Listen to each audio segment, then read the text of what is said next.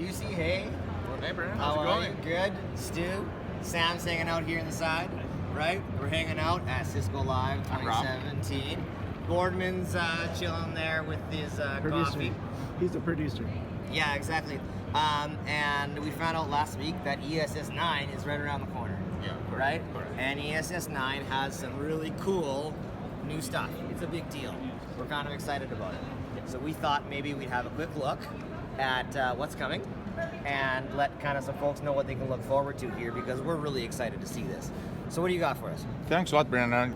I do appreciate the opportunity to be here. So, whereas ESS, or let's say ESS 9.0 will be all about planning. So capacity planner, all new auto planner, airtime utilization, all that kind of stuff. And then ESS 9.1 after that will be more on the survey features. So let's concentrate on the planner for now, and then we'll do another blog on the survey feature when the time is right. Yeah, fantastic. I mean, I think those are the features that we've all been talking about, right? Yeah. The big improvements to the planner. So that's what I want to see for sure. So the current auto planner and capacity planner, while it does its job, it can, if you do a very high density design, it doesn't know how to disable 2.4 gigahertz radios. It may overpopulate the area with AP, so it doesn't understand spectrum saturation as well as it should. So that's kind of the couple of the key issues we started addressing. And also the user should understand airtime consumption better. We didn't have a way to configure the minimum data rates, the number of SSIDs, things like that are essential for the airtime. Now, let me stop you a second. I'm a little concerned here. You're saying now this is going to be able to turn off 2.4 gigahertz radios for us.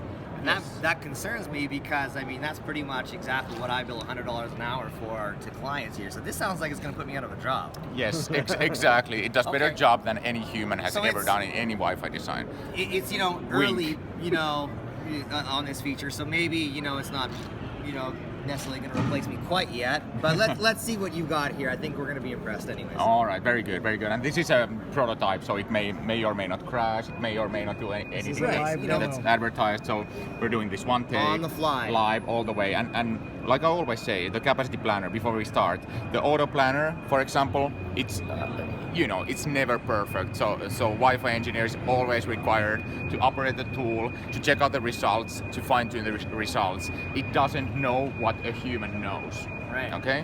And First, what we're gonna do is open a traditional CAD map, and unlike the other 180 demos I've done, I'm actually gonna open up a different university floor plan this time for a change. And let's see if we can break the thing.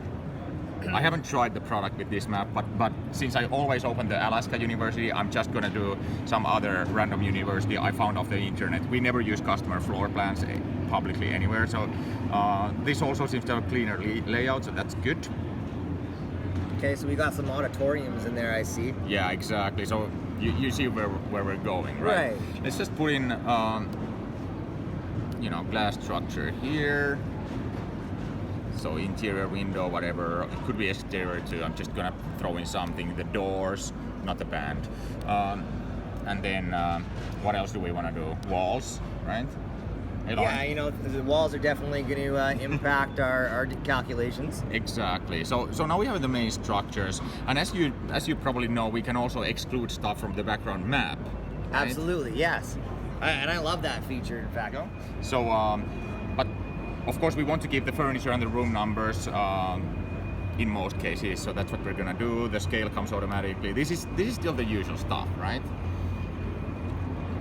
Wow.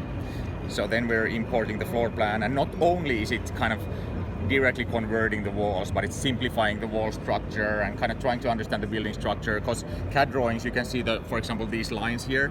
One wall can be like made out of several lines. Right, and this is what you see with some of the other tools. Is it either takes out too many or none at all, and then it becomes a mess. Yeah, Because one drywall is like 4 different lines or whatever. So the area tool we have changed completely for 9.0. So previously it was just called coverage area, but now it's a requirement area. And the most frequently asked feature before this for the tool has been, how do I define different areas within the same floor with different capacity requirements, right? because in the current ESS you could do a single building, for example, but there was no way to say that there we have high capacity 500 devices and on the other side we don't. So that's exactly what we're going to do here.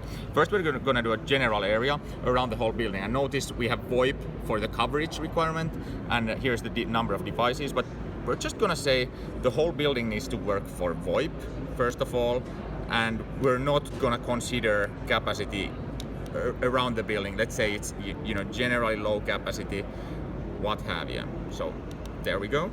There we have the first area. And now comes the new stuff for 9.0. So I'm going to draw a rectangular area around the auditoriums and the larger classrooms, whatever. And what do we say? 300 devices there. Yeah, it looks like we could certainly have easily that online in this facility. Okay. Exactly. And then, of course, you can go to the details like applications, SLAs, things like that. By default, we actually put in half laptops, half smartphones, and assume that the laptops are more heavily utilized and smartphones are kind of doing background sync. Sure. But there's a ton of different SLAs here. And I'm going to say to it looks really thanks, nice I right now.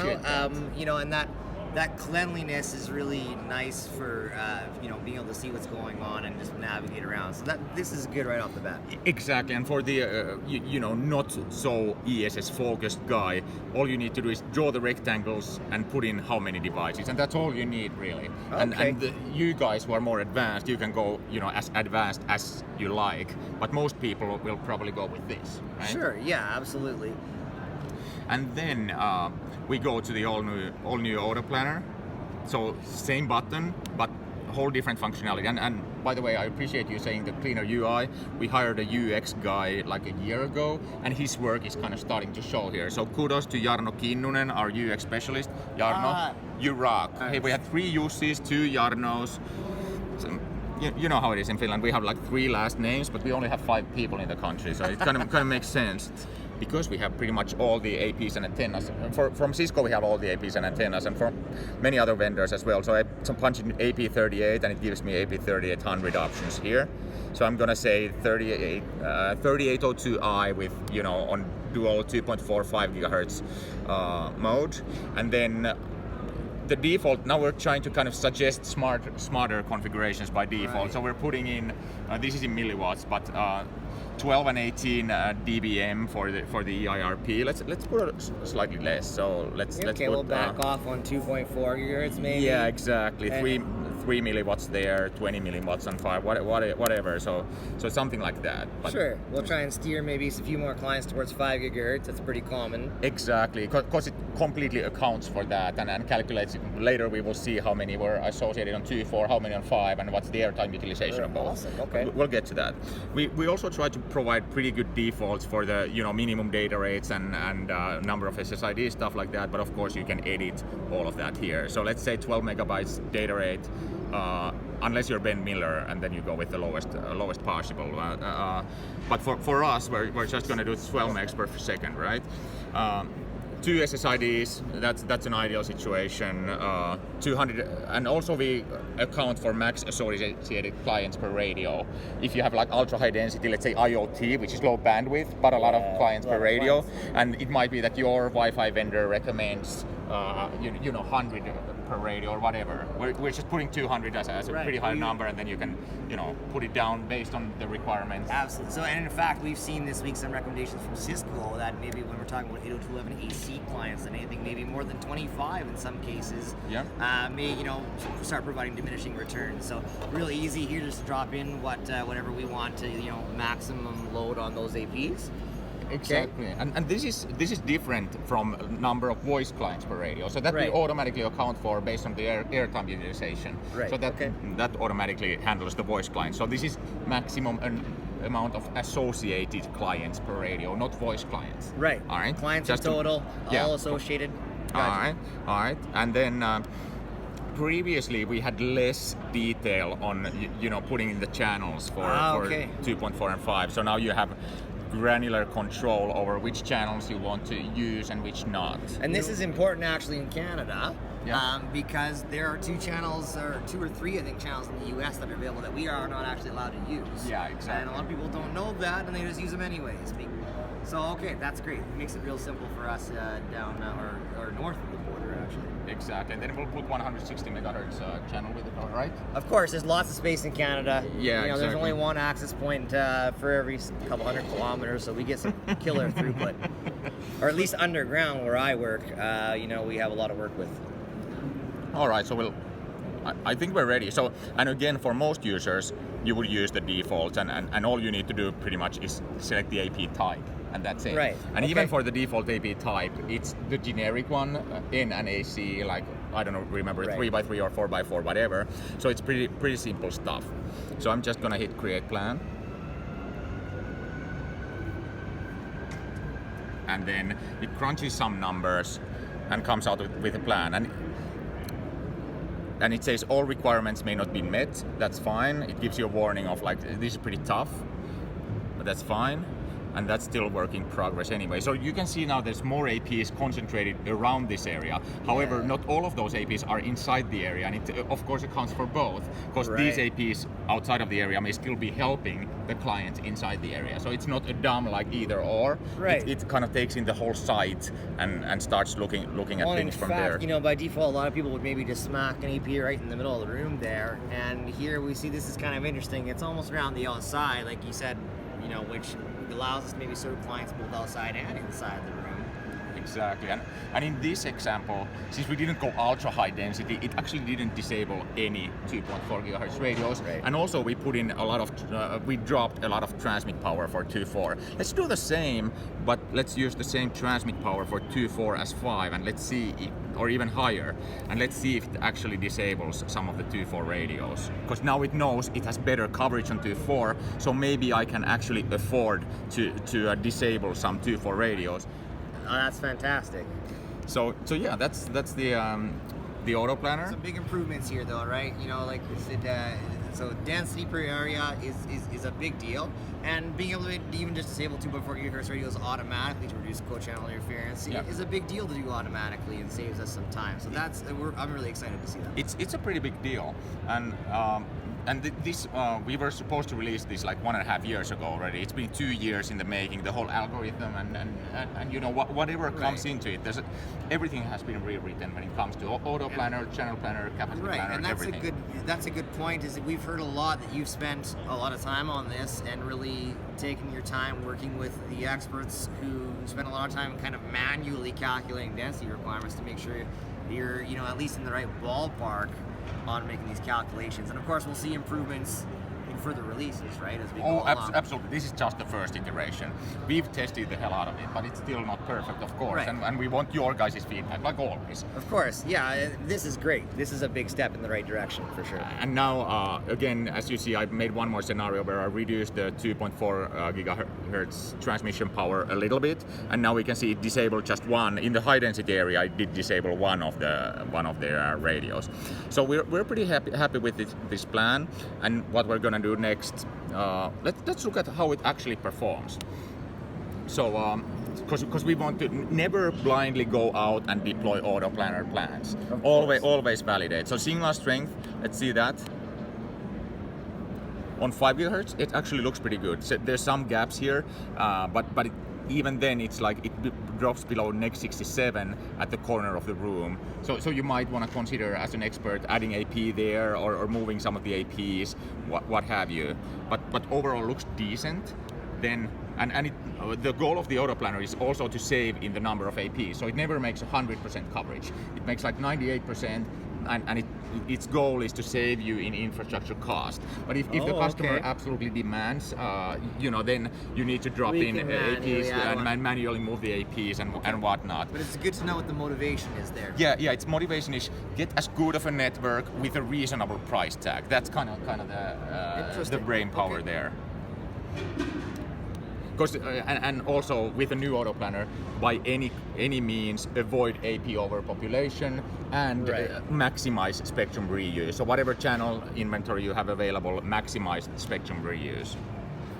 Okay, so this is a pretty cool new feature, and not only is it useful for you guys as Wi-Fi engineers, but to teach other people about how Wi-Fi works. So right now we're looking at 2.4 gigahertz band, and let's look at airtime utilization on 2.4.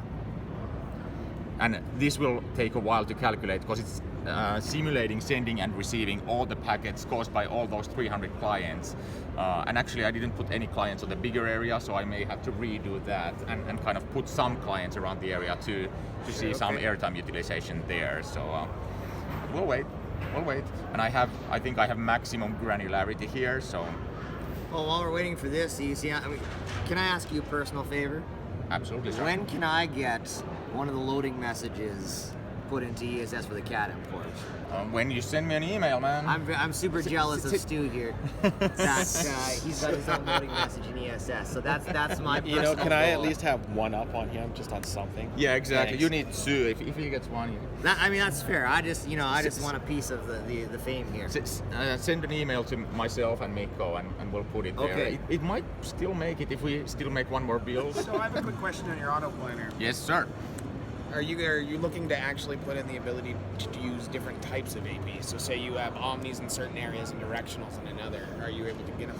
That's Wi-Fi expert person material. Okay. It's just too hard to automate to a computer. At least given we have so much things to do, and while that's fairly common, it's a hard thing to automate for a computer and for the computer to understand what you're after. So there's no going away. You need to talk to the customer. You need to do the gotta work. do it, I do apologize, but that's. I thought you were gonna, put us all out of a job. Here's the new heat map called airtime utilization. So for each AP's primary serving area, we show from green to red how much airtime utilization is being used. And remember, this is just 2.4. We can actually combine 2, 4, and 5 in the same view, so that you have both.